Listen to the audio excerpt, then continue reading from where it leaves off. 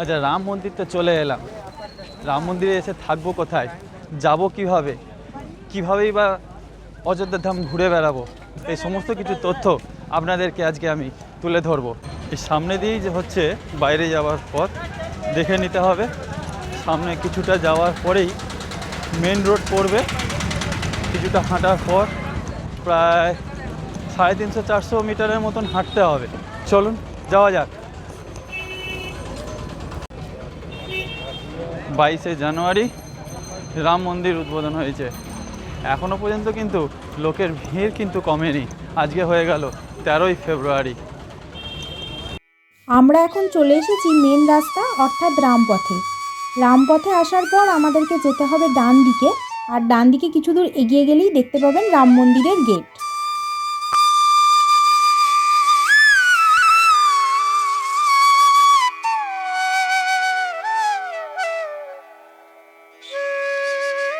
আর এটা হচ্ছে রাম মন্দিরের মেন গেট।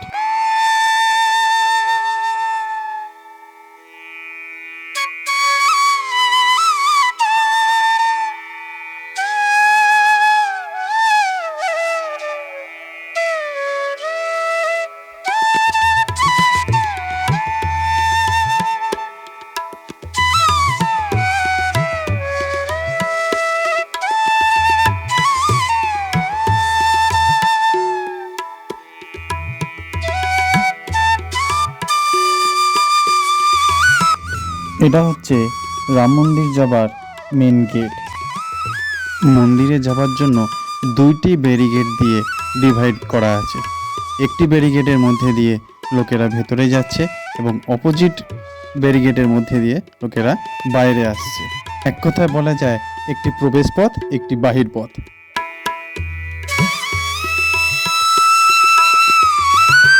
রাম মন্দিরটা ছেড়ে সামনের দিকে প্রায় 1 থেকে 1.5 কিলোমিটার পথ হাঁটা দিলেই পড়বে হনুমানগাড়ি। আর এই হনুমানগাড়ির দিকে যেতে গিয়ে আপনারা রাস্তার দুধারে বিভিন্ন স্টল দেখতে পাবেন। এক কথায় রামলালা 500 বছর বাদে ফিরে আসার পর যেন মনে হচ্ছে সমস্ত অযোধ্যা জুড়ে একটা সাজো সাজো রব। এই যে দুধারে দোকানগুলো দেখছেন, এইগুলো যেন মনে হচ্ছে নবনির্মিত। এই ছবিটা তোমরা অনেক ভিডিওতেই দেখে থাকবে, এখানেও আরেকবার দেখে নাও। তবে এটা ঠিক, রামলালা আসার আনন্দে অনেক কনস্ট্রাকশনও চলছে, অনেক বড় বড় হোটেলও তৈরি হচ্ছে অনেক খাবারের দোকান, প্রসাদ সামগ্রী দোকান এবং মুদির দোকান, বিভিন্ন রকমের স্টল আপনারা রাস্তার দুধারে দেখতে পাবেন। সাথে অনেক রকম খাবারেরও দোকান আছে।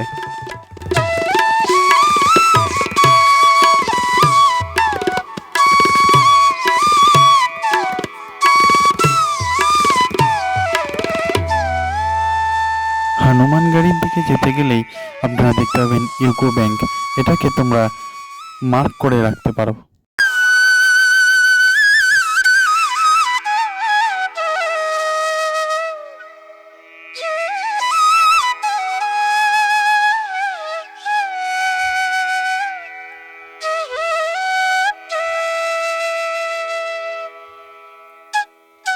প্রচুর লোকের ঢল নেমেছে, প্রচুর দর্শনার্থী আসছে এই সময় রামলালাকে দর্শন করার জন্য।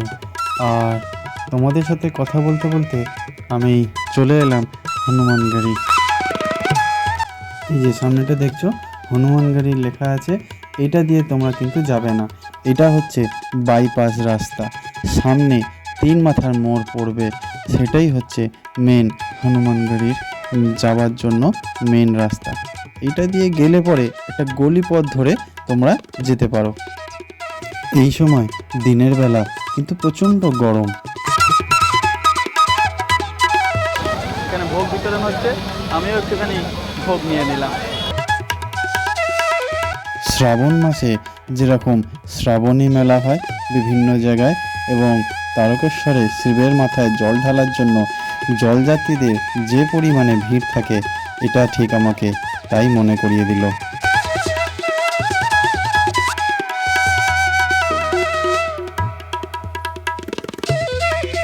হচ্ছে 3 মাথা মোড়, হনুমানগড়ির মেন রাস্তা। ওইটা দিয়ে গেলে পরেই আপনারা হনুমানগড়ির মন্দিরে পৌঁছে যাবেন। একদম সোজা রাস্তা।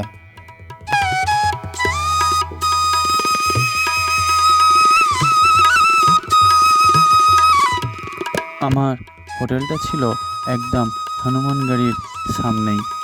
তারপরে আমি দুপুরবেলা হোটেলে বিশ্রাম নিয়ে বিকেলবেলা বেরিয়ে পড়লাম লতা মঙ্গেশকর চকের দিকে।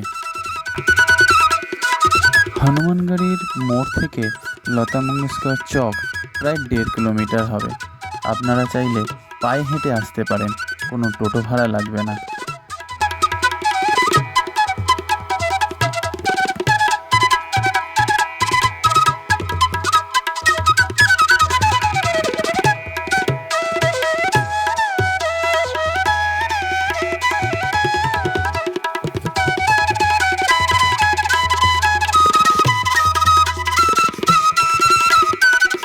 লতা মঙ্গেশকর চকে সবথেকে আকর্ষণীয় এবং চোখ জুড়িয়ে যাবার মতন দৃশ্য হলো এই এত বড় একটি বীণা।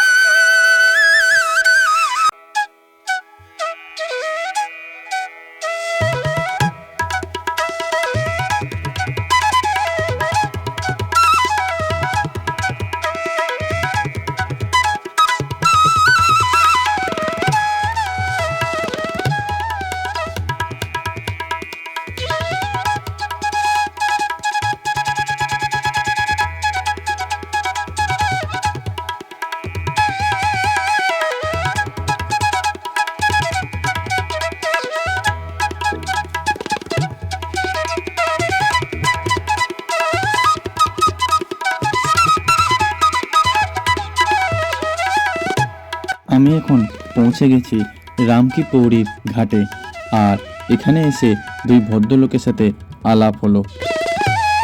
आप लोग जहाँ से है वहाँ का एड्रेस बताइए। हम हैं जी गढ़मुक्तेश्वर, कहाँ पे पड़ता हापुड़, है? हापुड़ जिला, जिला हापुड़ जिला हापुड़। जी, गढ़गंगा। अच्छा, कब आए हैं आप इधर? हम आए हैं, कल आए हैं। कल है, कैसे लग रहा है अभी? बहुत बढ़िया लग रहा है हमें, बहुत कितने अच्छा। दिन रहने का मन है आपको? और अभी रहने का दिन ये है कि रात को निकलेंगे हम। इच्छा तो है नहीं बिल्कुल हमारी। यहाँ से जाने का तो मन कर नहीं रहा है, लेकिन हाँ। फिर भी जाना तो है यहाँ पे। हाँ। हम कल निकलेंगे यहाँ से। कल निकलेंगे। हाँ, कल मन मन कौन सा बहुत ट्रेन है आपका? नहीं, हम बस से आए हैं यहाँ पे। बस से आए हैं। जी। अच्छा, ठीक है। जय श्री राम। जय जय श्री श्री राम। राम। जय श्री রামকি পেড়ি ঘুরে দেখে আমি চলে এলাম নায়াঘাটে সন্ধ্যা আরতি দেখতে।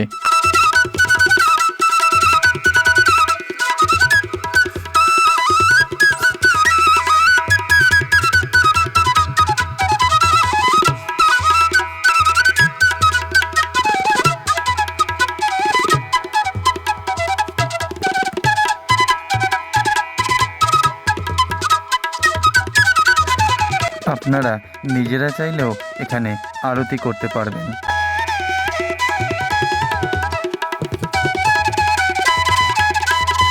আরতি শেষ হতেই উল্টো দিকে রামকি পৌরিতে লেজার শো শুরু হয়ে গেল। উল্টো দিকের ঘাটে আরতি শেষ হতে না হতেই এই দিকে শুরু হয়ে গেল light and sound show, laser show.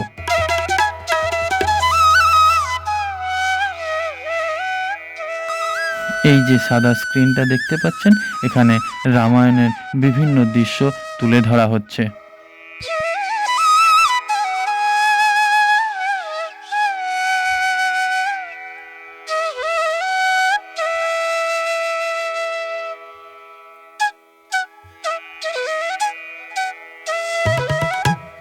আর পুরো ঘাট জুড়ে চলেছে আলোর খেলা। অযোধ্যায় যারা ঘুরতে আসবেন তারা কিন্তু এই দুটো জিনিস একদমই মিস করবেন না। একটা হচ্ছে রামকি পেড়িতে light and sound show, laser show যেটা হয়, আর একটা ঠিক উল্টো দিকে নায়াঘাটে সরজু মাতার সন্ধ্যা আরতি। সন্ধ্যা আরতি এবং light and sound show, laser show যেটা, তার টাইমিংগুলো আমি আমার ডেসক্রিপশন বক্সে দিয়ে দেব।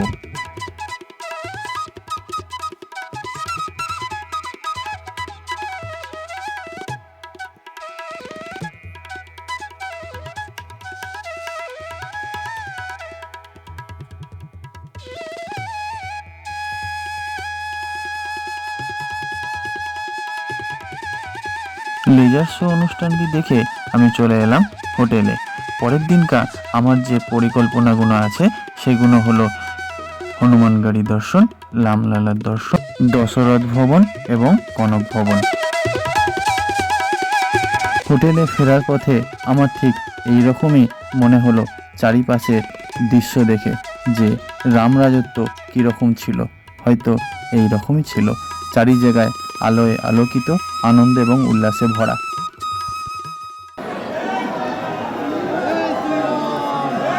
এখানে ক্যামেরা, মোবাইল ফোন এই সমস্ত নিয়ে যাওয়ার অনুমতি আছে।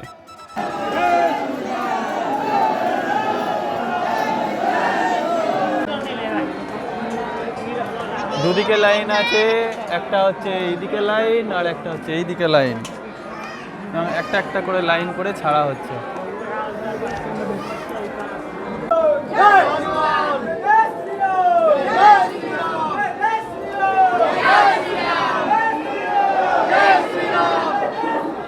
দেখুন কি প্রচণ্ড পরিমাণে ভিড়, দেখে কি মনে হয় যে আগামী 1-2 মাসের মধ্যে এটা শেষ হয়ে যাবে? কখনোই নয়।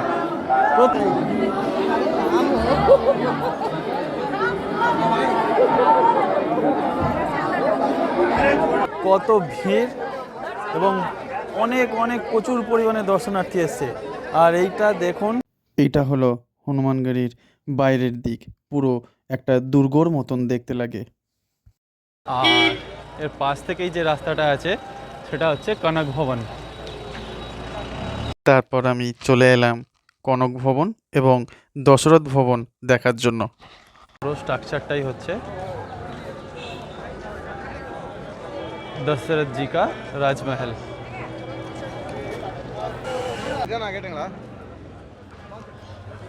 একদম ভেতরে ঢুকছি।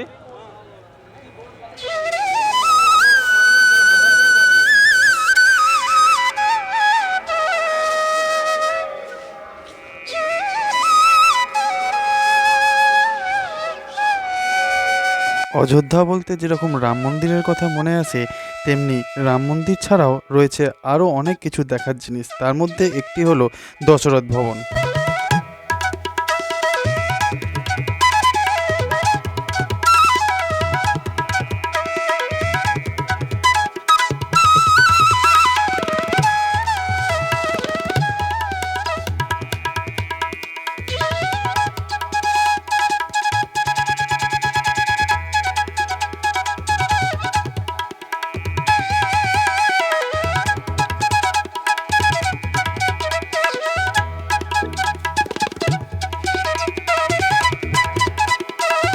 দশরথ মহল, রাজা দশরথের মহল, এবং তার মূর্তিও আছে এখানে।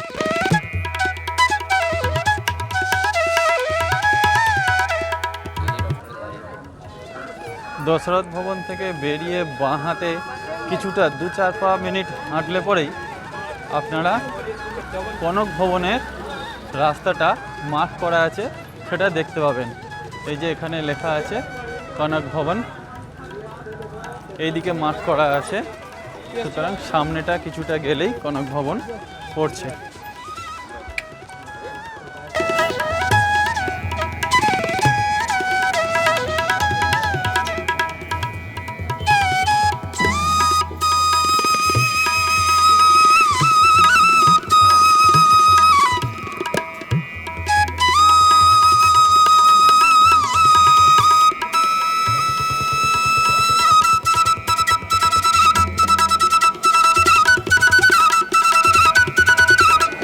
এখন আমি কনক ভবনের ভেতরের দিকে যাব।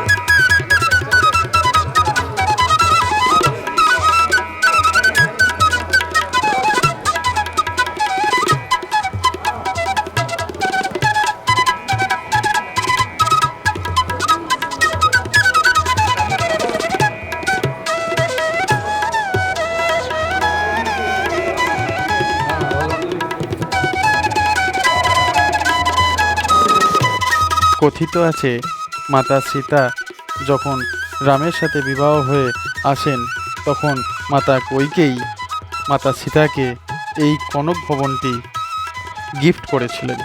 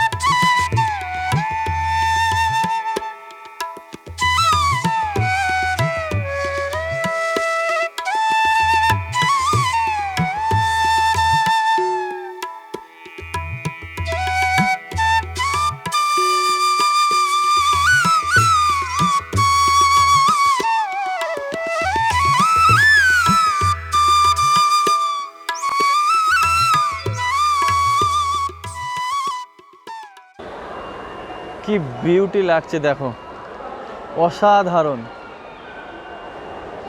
অপূর্ব লাগছে। আমার অযোধ্যা স্টেশন থেকে কলকাতা এক্সপ্রেস যে ট্রেনটি আছে সেই ট্রেনটি প্রায় 2-2.5 ঘন্টা লেটে চলছে। সুতরাং এই 2-2.5 ঘন্টা কী করব, সেই জন্য এই 2-2.5 ঘন্টা তোমাদের জন্য কিছু ইনফরমেশান কালেক্ট করছি আর গোটা স্টেশন ঘুরে বেড়াচ্ছি আর বেশ কিছু ছবি তোমাদেরকে তুলে ধরছি।